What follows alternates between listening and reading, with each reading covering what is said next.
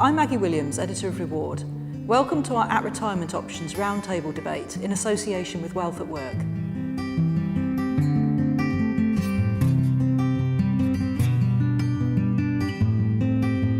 Okay, so without further ado, we'll go into the sort of first question, which is around whether scheme members are getting the best outcomes available to them and what we can do to create more informed members. So just to kick things off, I mean, Jonathan, from your experience, how are you finding members and the outcomes that they're getting? Yeah, but I think this is one of the biggest areas of concern, because then for a lot of companies the concentration has been on people in final salary schemes, because actually that's where the numbers of retirees has been. But of course now what we're starting to see is the numbers coming out of DC increasing quite dramatically. I believe there were some figures produced, which I think actually might have been NAPF figures, which suggested that there was about 13 billion coming out of DC in 2013, and that was going to go to something like 23 billion by 2015. So you can see that the scaling up of this is exponential, and therefore is potentially a very big issue for people that are coming up for retirement. My assessment is that, generally speaking, because this has only just getting on the radar of companies, actually not much has been done for employees, which I think is why there's this great debate that seems to be going on in the national media, let alone the professional media, that actually people coming out of DC are not being looked after. I think one of the issues is the concentration has been so much around governance of the DC plan itself. But unfortunately, people have been abandoned when it gets to turning that saving into ultimately the benefit, which is the income that they're going to generate at retirement. Having said that, I think that there are some leading lights out there. There are some companies that have realised that there's something slightly mad where your most expensive benefit is your pension.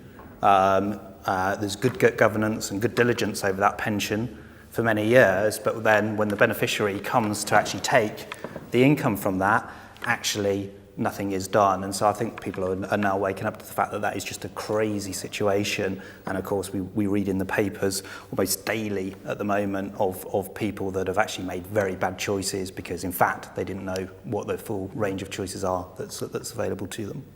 Well, I think historically, as Jonathan alluded to, the focus has been under DB on outcomes, while under defined contribution until recently the emphasis has been on inputs, what's going on, what's going in, rather than what happens at the at the end of the process and on the outcomes.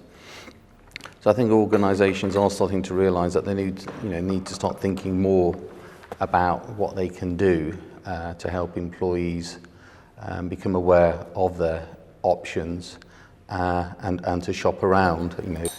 This is, both you two are already talking, coming at it from a very high level. I was just going to say you need to bring this down to the trustees and the role of the trustee board. And again, there's something that you obviously have alluded to as well very strongly. As I said in my preamble, I'm really interested in the outcome, but you're absolutely right. In order to get a satisfactory outcome, you've got to get some input as well in the first place. And one of the most important things that we adopted to make sure that this happened was communication. If the members get engaged in what the outcome is going to be, they're also going to get engaged in doing something about what they're going to contribute to making sure that outcome is a better outcome than they otherwise would have done. So I think the role of the trustee board here, when you actually bring it down to particular companies, is really quite crucial. And you can be very critical, I think, in general across the UK, the trustee boards are not up to scratch. They're not doing their job properly. So certainly at Bank of America, we built into the DC plan, because obviously on the DB plan, the only thing they're concerned about is Bank of America is still going to exist. So that's a fairly simple one to work through. But on the DC side, we were very keen to give people models. They can model what income they think they might need at retirement. They can see their current contribution rate. They can see their current investments, and they can see what that will produce at a date that they choose will be their retirement date. It's a dynamic model. If they choose to vary their retirement date, the model will change and let them see what those things, what impact that has on them.